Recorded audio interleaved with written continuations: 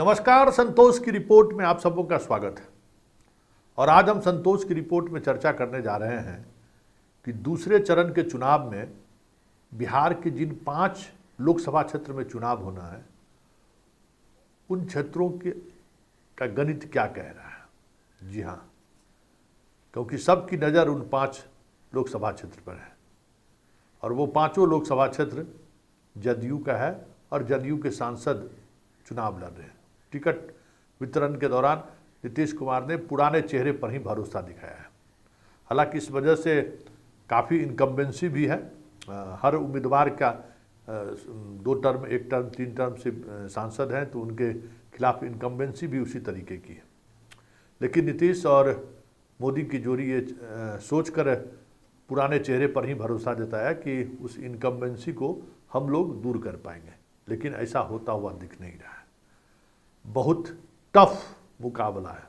First phase की तुलना में हम कह सकते हैं कि बिहार में जो सेकेंड फेज है का चुनाव है, उन जिन 5 लोकसभा क्षेत्र में चुनाव हो रहा है उसमें 1 कांग्रेस के कब्जे में है किशनगंज, और बाकी 4 जदयू के कब्जे में।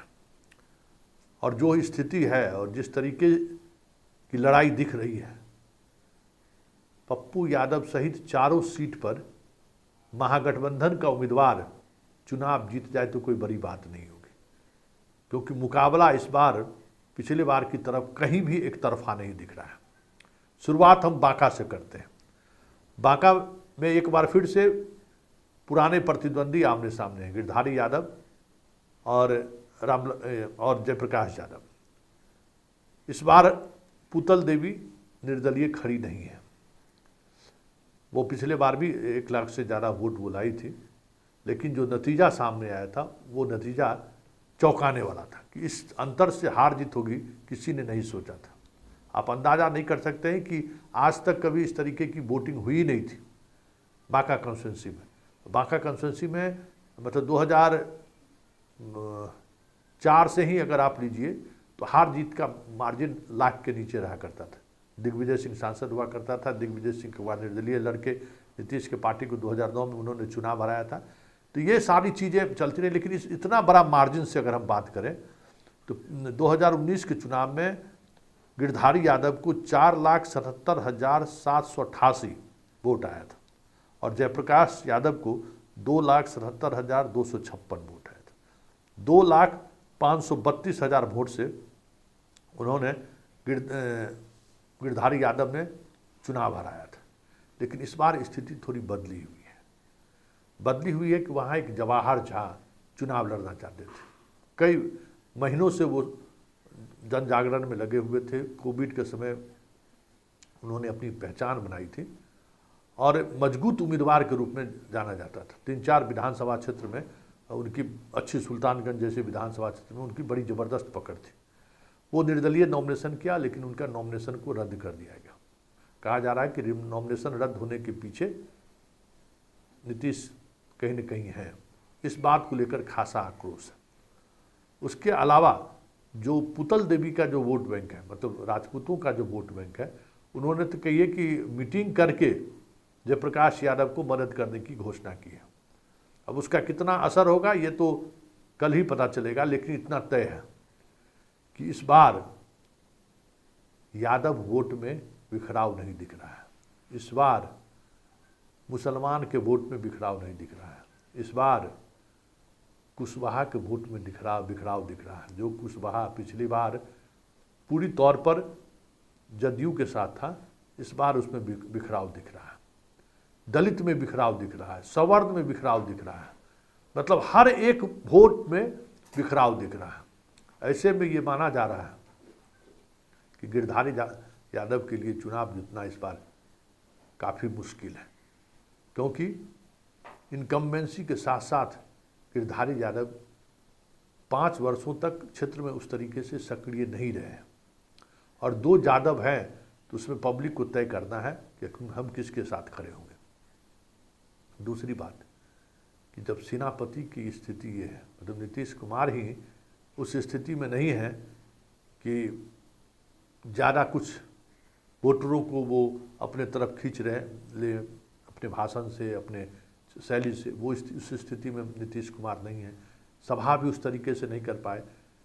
हालात ये है कि अगर 20 झंडा लेके जदयू के सांसद चलते हैं तो उसमें 19 झंडा बीजेपी का रहता है। मतलब बीजेपी के हवाले वतन साथियों, जो कुछ भी होगा बीजेपी के वोट पर निर्भर करेगा कि वो गिरधारी यादव जीतते हैं या हारते हैं। क्योंकि इस बार जो अति पिछड़ा का जो वोट है वो वोट भी एग्रेसिव नहीं है, न मोदी को लेकर न नीतीश को लेकर। अब देखना यह है कि कल किस तरीके से वोटिंग होती है। लेकिन कहीं न कहीं जयप्रकाश यादव इस वक्त मजबूत दिख रहे हैं और परिणाम कुछ भी हो सकता है। बात अब हम भागलपुर की करते हैं। भागलपुर में अजय मंडल को लेकर बहुत सारी चीज़ें कही जा रही हैं, क्योंकि बहुत बड़ा मार्जिन था। 2019 के इलेक्शन में बहुत बड़े मार्जिन से जीत हार हुई थी और उस वक्त अजय कुमार मंडल को 6,18,254 वोट आया था और राजद के शैलेश कुमार को 3,40,624 वोट, 2,77,000 वोट से भागलपुर की सीट जदयू ने जीती थी।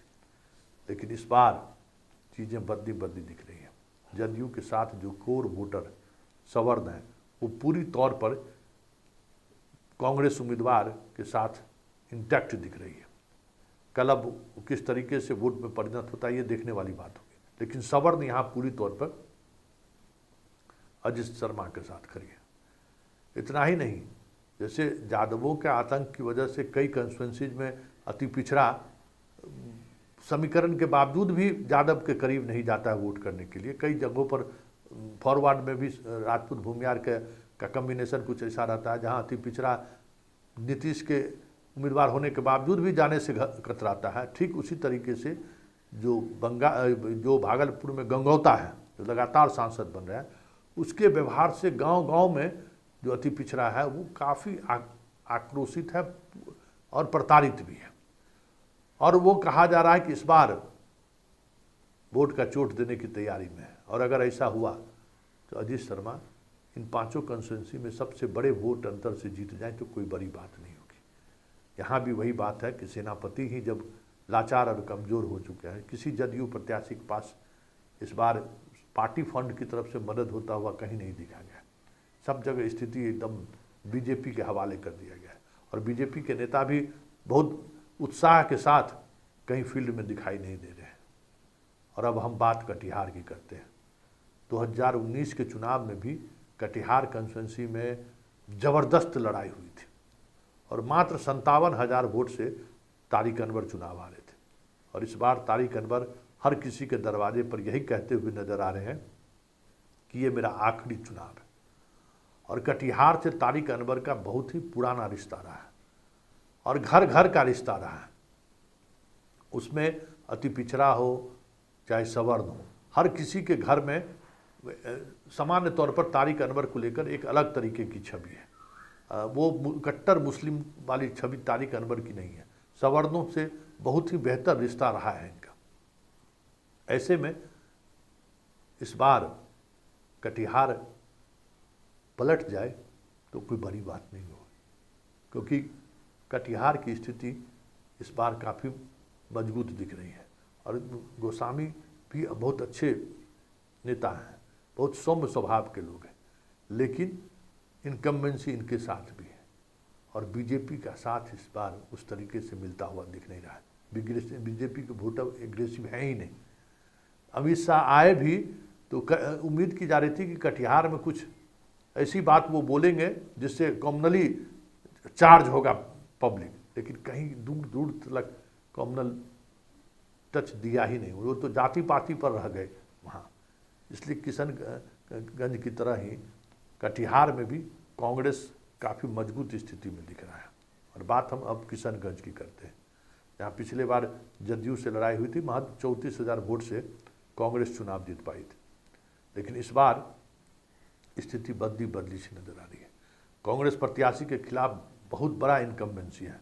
AIM भी खड़ा है, जदयू भी अपना प्रत्याशी, पिछला ही प्रत्याशी को फिर से टिकट दिया। लेकिन इस बार बहुत सारी ऐसी इश्यूज आए हैं जिस वजह से मुसलमान नीतीश के साथ जाने से बच रहे हैं, जबकि नीतीश ने बहुत सारा काम अल्पसंख्यकों के लिए किया है और काम ही एजेंडा के साथ नीतीश किशनगंज में भाषण भी दिए। लेकिन माहौल इस बार ऐसा है जिस वजह से जदयू के प्रत्याशी वहाँ लड़ाई में भी टिक जाए तो बड़ी बात होगी। किशनगंज में कांग्रेस का पलड़ा भारी है, साफ दिख रहा है। और अब बात हम पूर्णिया की करते हैं। पूर्णिया दशकों बाद एक ऐसे मोड़ पर आकर खड़ा है जहां का परिणाम इस प्रदेश की राजनीति को प्रभावित कर सकता है। और यही वजह है कि संतोष कुशवाहा चुनाव जीत जाए, इसके लिए एड़ी चोटी हर कोई किसी न किसी तरीके से दांव पर लगाया हुआ है।